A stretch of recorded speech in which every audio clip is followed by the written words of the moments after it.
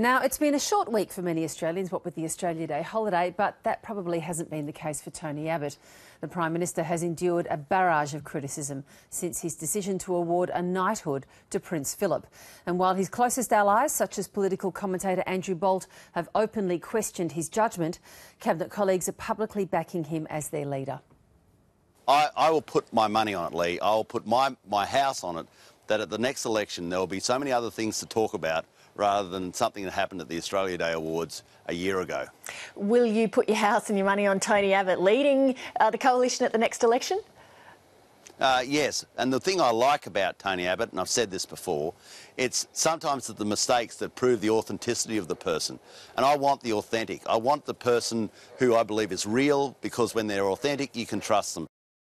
So the discussion now is about authenticity. Insider's host Barrie Cassidy joins us now in the studio. Barrie, good morning and Happy New Year. Thank you. Well, look, I guess that's as good a place as any to start in this extraordinary week. Who did we find out this week is the real Tony Abbott? I think we saw a bit more of Tony Abbott, a bit more of what people suspected all along. The problem for him on this one is that it's almost impossible to defend or explain. Did he understand that this was going to be a controversial appointment? And if he did, or if he failed to understand that, then his judgment is just awful. If he did understand it was controversial and then didn't consult, then it means that he's just thumbing his nose at his colleagues and the public. So either way, it's a bad result. But for me, though, I think this disguises a far more fundamental problem that was there, and we were aware of it at the end of last year and again in January, and that is that it goes to policy and it goes to their competence. The Essential poll this week nailed it in a way that on the handling of the economy. A year ago, the government was in positive territory. Now it's -14 on handling the economy. On health, they were -13, now -31. And on education, -7, now -24. That, to me, is a much bigger issue than anything surrounding the appointment of Prince Philip. Government members, if they were sitting here, would say yes, but we have a very difficult Senate to deal with. Part of that is represented in those figures. I guess the other side of that, though, is that when you're in charge, part of your job is to have the political acumen to negotiate with those people. You can't blame the Senate for what happened on health, for example, that in December a decision was taken on Medicare opposed by Joe Hockey and Peter Dutton, and then that was reversed in January. You can't blame the Senate for that. That was just a government in a confused state. The same with education. Nobody's sure what the proposal is that is going to the senators in any case. The one thing that I think politicians on either side are certain about is that they'll hear about it about the same time as we do. Are you surprised, though, by the extent to which and the amount of column space spent on by Conservative commentators and open supporters of Tony Abbott, and I mean a number of them, that they've spent on this issue and how strongly they've criticised Tony Abbott? Not really, because of the nature of it. I think there was a sense of exasperation about it all and frustration. Andrew Bolt, for example, I think articulated it quite well, because he said, I really like the guy, and he really wants him to succeed. And yet he found himself being super critical of him and saying that it could be fatal. And I think that just represents a frustration. Now, Peter Credlin initially, of course, as she has been from time to time over the year, was drawn into this, the old, what's she doing or what is she not doing in this job? But it's been made very clear that she's really had nothing to do with this. On this, no. The issue around Peter Credlin should be where it was before this happened, and that is it's about management and about whether she is too powerful, whether she allows for enough for contributions to come from outside of the office. That's the basic problem that the Tony Abbott faces with Peter Credlin.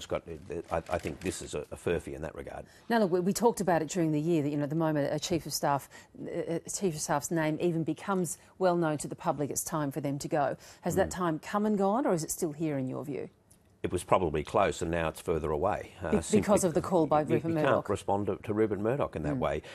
Phil Curry's piece in the Financial Review demonstrated that the Rupert Murdoch might have had some input in terms of the staff changes that had already taken place, in terms of communications. To act a second time would be a very bad look. So, look, what do you make of front pages such as the one we're seeing this morning in the Financial Review, saying that key members of the party room are giving Tony Abbott 6 months to get his act together, or they might consider making a move? Is that persuasive to you? I think what that says is it's about management now. A lot of them have made up their minds. but it's about how you manage it. For example, they don't want the sort of overnight Kevin Rudd shock to occur when he lost his leadership. I don't think that that's the case this time around, because I think the public would well understand why Tony Abbott suddenly lost his job. The more difficult aspect of this that they now need to deal with, if they do decide to change leaders, is that the new leader is not seen as a plotter or an assassin. In other words, the new leader wasn't part of some sort of undermining. Because that's the history that they own now, in how hard they prosecuted So you don't want the Julia Gillard situation, and even though Julia Gillard came to the party very late, she was still labelled as the assassin. So what they need to do is manage that.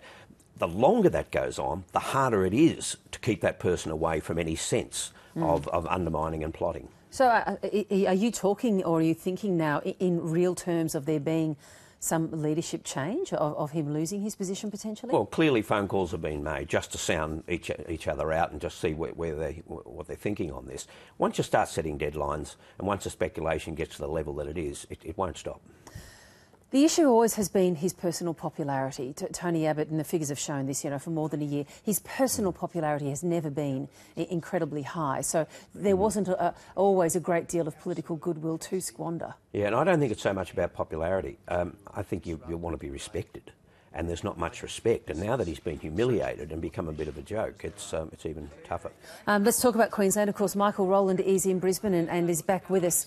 Michael, we're talking about your place, your spot this morning. And interestingly, Barrie, the federal scene clearly plays into this state election. Oh, it certainly does, because of the so close to the Victorian election, where there was a big debate about how much of that the federal government ought to own, and now that will take off again as of Saturday night, because whatever happens in this election, at the last election in Queensland, it was the most one-sided result in history, so there had to be a correction, but who imagined that it would be this big a correction? Clearly it's going to be quite tight. So there will be a lot of blame to go around, and the federal government will have to share some of that. And there's a by-election in South Australia to keep an eye on as well, and that might be also an indicator. If there's a swing towards the government in yet another by-election in South Australia, that will be bad news for Tony Abbott. Yeah, Michael, I mean, the federal politics do seem to have played a big role. You've picked up yourself in the conversations you've had? Yes, lots of people watching the events in Canberra very closely over the last week. And also, the other big story here are the various scenarios put up in case Campbell Newman does lose his seat of Ashgrove. And Barrie, there is a federal angle here, because under the Constitution, a Premier or Prime Minister can be voted out of office, lose his or her seat and be outside of Parliament for up to 3 months.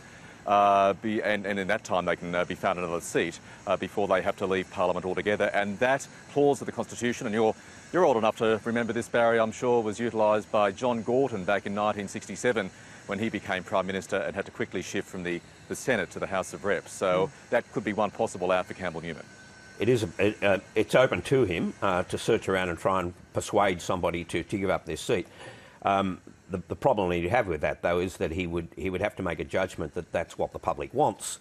And you get a very real sense in Queensland that they're comfortable with this situation where the Liberal National Party wins the election but Campbell Newman loses his seat.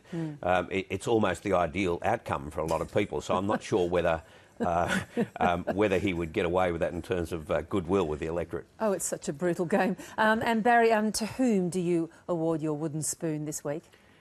Tony Abbott is too obvious. So I'll give it to Rupert Murdoch for his gratuitous advice to sack Peter Credlin. It may work that way in private enterprise, that if you screw up, you sack someone. But in politics, there's accountability, and the politicians are accountable, not the staff. Want to tell us about your guest on Sunday? Bill Shorten, Leader of the Opposition, will be our guest on Sunday morning in the studio. Great. Great to have you back on board. Thanks so much, Barrie. Thank you. Insiders, of course, on ABC TV on Sunday morning.